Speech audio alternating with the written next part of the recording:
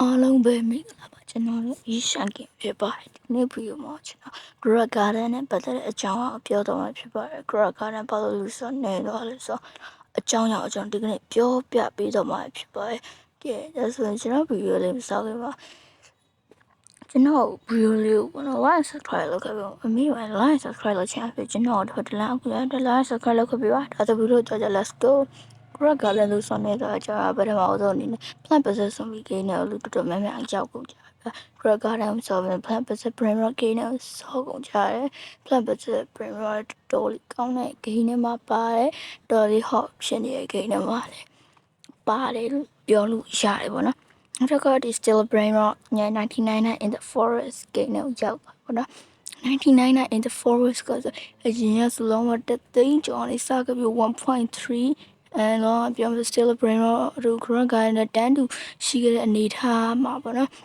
still brain နဲ့ဒီ Greg Garden ပြုတ်သွားတဲ့အချိန်မှာ99 in the forest က 2.4 million and so 1 million นี่မချတဲ့ကိန်းအဖြစ်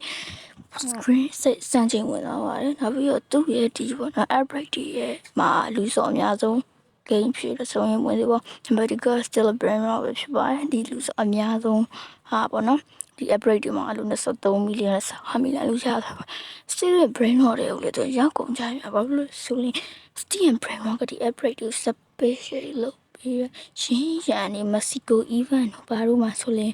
still brain rot တွေပြောင်းစောကြပြ Greg Garden ပြောမဆိုပစ္စည်းကောင်းတွေ outbreak ကူလာလုံးမ special ပြီးရလေအပေးတော့ Greg Garden ဆော့ပြီးတော့ဆိုလူတွေညီငွေအောင်ညီငွေအောင်ဒီ still brain rot တွေမှာပြီးတဲ့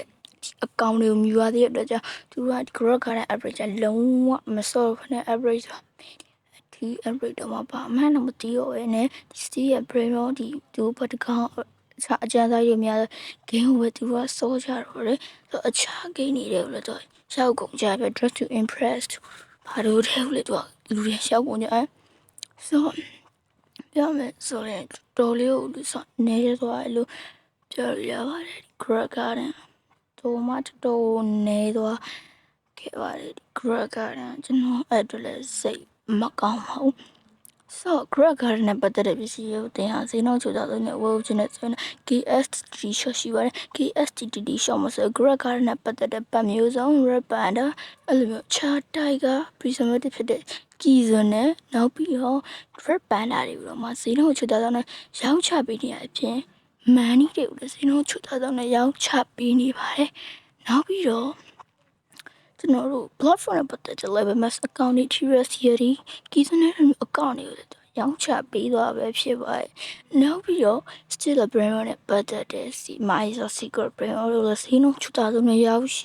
ချပေးရတဲ့အခုပဲတော့ရဝယ်အားပေးတော့တောင်းဆိုချင်ခဲ့တာဆိုပြီးလေးတော့တိုင်မင်းပြကူလဲအောင် let's go ကဲ so ဘာလို့လူစနေတာလဲချက်ကတော့ဒီ trading ticket မှာသူကလူပတ်စံ trade လို့မရဘူးကျန်တယ်လို့ပြပါတယ်အထက်လူတွေအများကြီးကန့်ကွက်ပြီးအဲ့ဒီနေမှာ1.3 million နဲ့6သိန်း4တာ9တာထိ